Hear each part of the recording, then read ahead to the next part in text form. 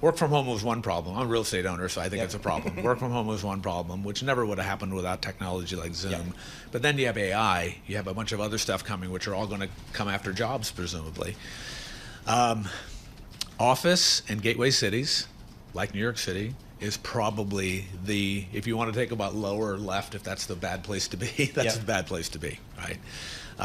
I do agree when the baby gets thrown out with the bathwater and they say all real estate is bad, people focus on that because it's kind of what's present, right? Abigail and I were talking about how the streets and out here and the retailers are all empty that used to be here.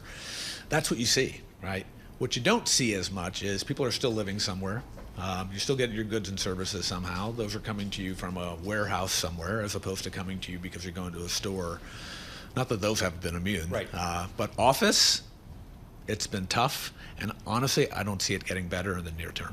Well, then to that point, what part of real estate is cyclical versus secular? Yes. So the warehouse point you make, that has to be a secular shift, but we're still in a cyclical market. So that's got to be very tricky. Correct. Yeah, well, so look, I would say, as I think about investing, I think about the four quadrants. And people think about debt, equity, public, private. I actually think about cyclical, secular, and headwind, tailwind, right? So if you think about what's in secular decline and has secular headwinds, office is the best asset class to think about, right? All the top-down news is bad, the bottom-up news is bad, capital markets are bad. In terms of what has cyclical tailwinds, right? What has cyclical tailwinds and secular tailwinds? Anything related to technology. So I'm sure you've had a lot of people come in and talk about data centers. Mm-hmm. We have a big data center business too. It's been great. The issue is it's no secret that it's great. So there's a lot of money piling in, there's a huge amount of demand, which is what makes it such a great cyclical opportunity. I think where we actually do our job and where we can be in a position to make the most money is places that have secular tailwinds and cyclical headwinds, right? Now, most things have cyclical headwinds right now because of the capital markets.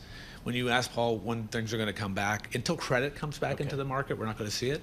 But right now, it's a great time to be in warehouses. The secular tailwinds are still pretty good, but it's expensive to build them. It's expensive to buy them. And so if you can figure that out with data, with anything else to kind of get an edge, that's good. Housing is the best bet, in my view, right now. And this is a U.S. comment. Half of our portfolio is U.S., half is non-U.S. People have to live somewhere. We have a structural housing shortage. But we have some issues. And so to me, it's actually the really interesting place to be. Well, speaking of your portfolio, it's not all bad because right here over on Park Avenue 425, I've walked by that building many times. It's the new Citadel building. It is absolutely beautiful. And there is the Bentall Green Oak stamp right on it. When we think about this pain, though, it really comes back to rates. And you've had, we've stayed in touch, and I know that you had a great call on rates that back in 2021, 2022, when the Fed forecasted or telegraphed that they were going to raise, you took a particular view. Bond traders didn't do this. I know a lot of other commercial real estate investors that were more the hopium.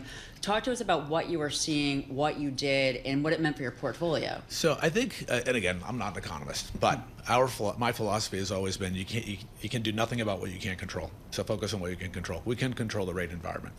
So when the Fed raised rates, and they did it at the pace they did it, and at the the slope at which they did it, our view was we couldn't count on when they were going to come back down again. Right? That was, and so what did we do? We invested against that. Now part of it is, why did we think they were doing what they were doing, right? And I think a lot of people focused, what I would say, on the demand side. They focused on cash. They talked on central banks that pumped in, COVID money, all that stuff. We actually focused on the supply side. The benefit of having a big global industrial portfolio is we see throughput. We have a big business in Asia. We saw China shut down. The world's largest manufacturer shut down for 3 years. It's a little bit of a statement of hyperbole, but they shut down for 3 years.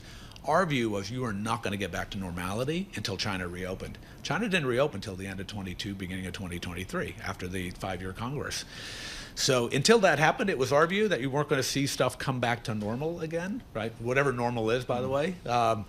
And so the way we kind of thought about it is we're going to ignore it. There are a lot of people that are trying to invest against, hoping interest rates would come down quickly and then bet against that.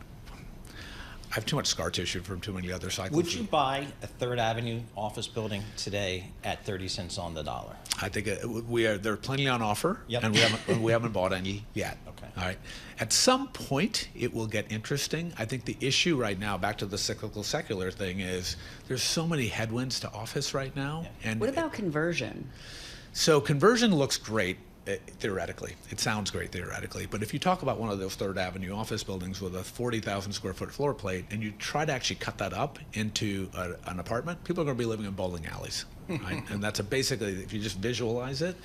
So actually, conversion worked great downtown after 9/11. A lot of stuff got converted, but those are older buildings with better ceiling heights and other stuff. They converted a lot to multifamily and a lot to hotels. Bigger windows, everything. Silly as that sounds, but yeah. Yeah, people never used to live on Wall Street. Now people live on Wall Street, but that's why. Look, it's going to be a slow grind. So when you say office buildings, Paul was saying 30 cents on the dollar. Yeah.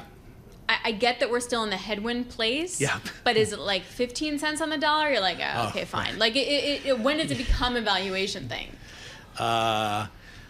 It becomes a valuation thing when you have some degree of conviction. You can lease that space. Okay. Right? So it still has to come back to the fundamentals. It has to come back to the fundamentals, right? That has to come back to that, number one. Number two, the financing markets are upside down for real estate. There's news today about that. You've got banks that they kill for your business. They wine and dine you for 30 years. Now you go back to them and says, now I need the money. Well, I can buy this B-plus property on 3rd Avenue for 30 cents on the dollar. You know this is a good deal. Right. Well, look, first of all, many managers of our scale are both on the equity. So 20 billion of our 85 billion, we're a lender. Okay. All right. So we have a lending business. So all the pain I am seeing our lenders bear right now, we bear as a lender as well. So that's complicated. The regulators, Basel III, there are a lot of headwinds against banks, regular way banks coming back into commercial real estate lending. That's why the private markets have exploded the way they have, and I think our view is that they're going to continue to be really robust. But the problem is a first mortgage on 60% loan to today's value that costs someone 9 to 10% is not a normally functioning capital market.